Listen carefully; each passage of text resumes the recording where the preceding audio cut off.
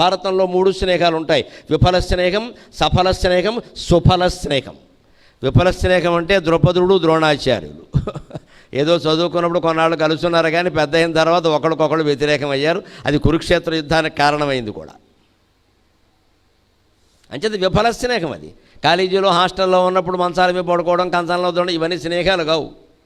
తర్వాత నిలబడతాయని ఏం చెప్పలేము ఎక్కడ. తర్వాత వీడితో చాలా పెద్దవాడు అవుతాడు, అవతల వాడిని పలకరించడు. ద్రౌపదుడు అంతే చేశాడు.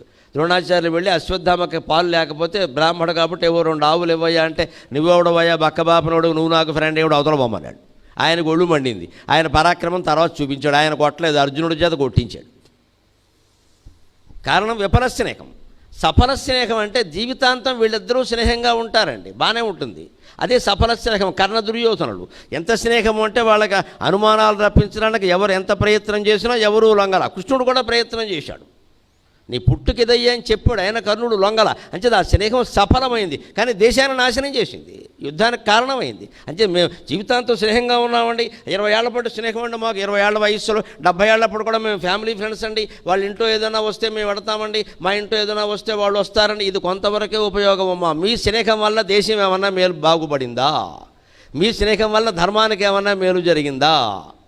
లేకపోతే వాళ్ళ అబ్బాయి నేరం చేస్తే మీ ఇంట్లో దాచిపెట్టడం, మీ అమ్మాయి నేరం చేస్తే వాళ్ళ ఇంట్లో దాచిపెట్టడం, ఇంతే జరుగుతుంది ఇక్కడ స్నేహాల వల్ల. ఇది ధర్మం కాబట్టి కాపాడా, ఇది ధర్మం కాబట్టి వదిలేసా, అది మనం ఆలోచించుకోవాల్సిన మాట, మనం చెప్పాల్సిన మాట. ధర్మమా అధర్మమా? కొడుకు లేదు, కోడలు లేదు. ఇక్కడ అధర్మానికి పాల్పడితే తన కొడుకులు వాళ్ళే తాగి దందనాలాడి చచ్చిపోతుంటే కృష్ణుడు మాట్లాడకుండా కూర్చున్నాడు అంతే. మొత్తం అందరూ తాగి దందనాలాడి చనిపోయారు. 80 మంది కొడుకులు కృష్ణుడికి, 70 మంది పోయారు చివరిలో. పోనే వీళ్ళు ఇంకోడెవడో చంపలేడు, వీళ్ళ చేతుల్లో వీళ్ళే చావాలి, పోనే అన్నాడు అంతే. ఊరుకోలేదు. కనీసం ఆ కాపాడే ప్రయత్నం చేయాలి. కొట్టుకొని తాగమని ఎవడు చెప్పాడు? తాగే కొట్టుకోకుండా ఉంటాడా? కొట్టుకొని అన్నాడు అంతే. పోయారు. ఈయన మొరలు వాయించుకుంటూ కూర్చున్నాడు. అది దైవత్వం. తన వాళ్ళు కదా అని కాపాడే ప్రయత్నం చేయలేదండి, ధర్మాన్ని కాబట్టే ప్రయత్నం చేశారు. అంటే ఎప్పుడూ జీవితంలో యుద్ధం జరుగుతూనే ఉంటుంది. అందుకని కన్నరాయబారానికి వెళ్ళాడు. కర్ణుడు లొంగలేదు. సఫల స్నేహమే, కానీ సుఫల స్నేహం కాదు. దానివల్ల మంచి ఫలితాలు రాకపోగా చెడ్డ ఫలితాలు వచ్చాయి. అంచేత భారతం మొత్తం మీద సుఫల స్నేహం ఏది అంటే జీవితాంతం కొనసాగడమే కాకుండా దేశానికి ధర్మరక్షణకి ఉపయోగపడిన స్నేహం ఏదంటే కృష్ణార్జునుల స్నేహం. అది సుఫల స్నేహం. అదే మనకి భగవద్గీతను అందించింది. అర్జునుడు స్నేహితుడు కాకపోతే కృష్ణుడు చెప్పడు. భగవద్గీత చివరి అధ్యాయంలో స్పష్టంగా చెప్పాడు, నీకింత 700 పద్యాలు శ్మశానంలో నిలబడి ఎప్పుడు కెమెరా కూడా లేకుండా, యూట్యూబ్ కూడా లేకుండా నేను ఎందుకు చెబుతున్నానయ్యా అంటే, ఇష్టోసిమే సఖాచేతి అన్నాడు.